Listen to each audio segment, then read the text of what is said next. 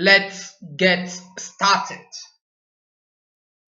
In this module, we are going to consider some concepts.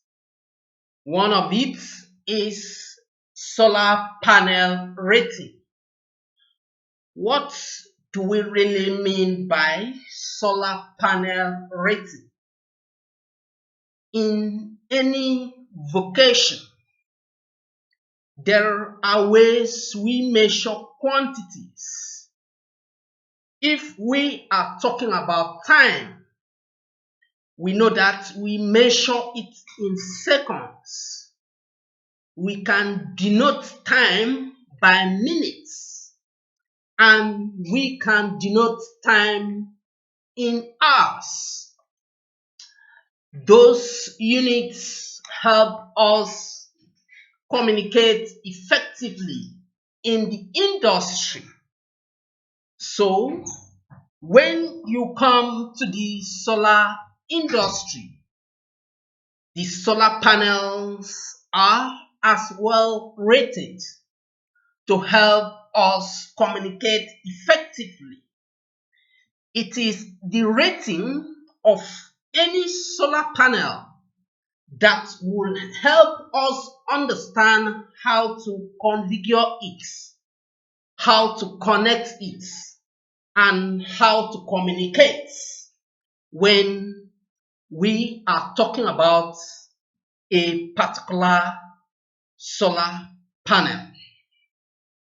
So, solar panels are rated differently in the solar industry depending on the power requirements of such a solar panel.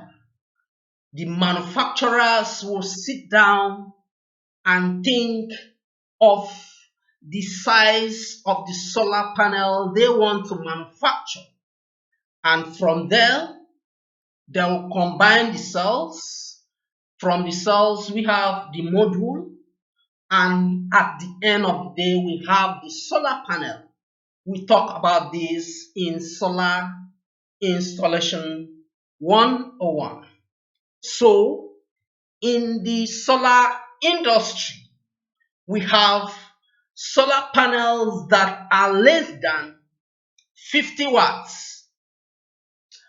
Maybe you have seen smaller sizes of solar panels that are used in some of the solar kits that we have in our society or around us. We equally have solar panels of 100 watts. We have solar panels of 150 watts. We have solar panels of 250 watts, and so on and so forth. We have solar panels of 700 watts, and there are solar panels in between these ratings that we have put forward in front of you here. Then we also know that the solar panels are classified based on the cell materials. When we are considering the cell materials, we are talking about the material makeup of the solar panels, the silicon crystals that are used in the manufacturing process of each of the solar panel. It is what gives us the DC when they are exposed to the sun. Then solar panels are also classified based on the glazing materials, that is the frame or the casing that houses the solar cells. And we can as well classify solar panels based on the electrical characteristics of each of the solar panel.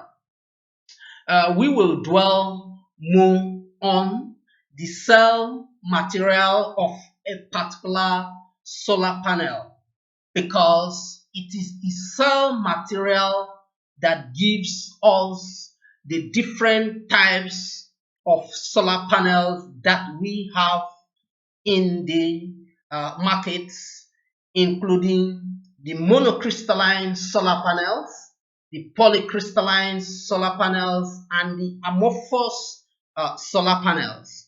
We will not dwell much on the glazing material. Then we'll take a look at the electrical parameters or the electrical characteristics of each of the solar panel, and this will take us to the IV curve of the solar panel, the solar nameplates, and the open circuit voltage, the short circuit currents, and the maximum power of any solar panel.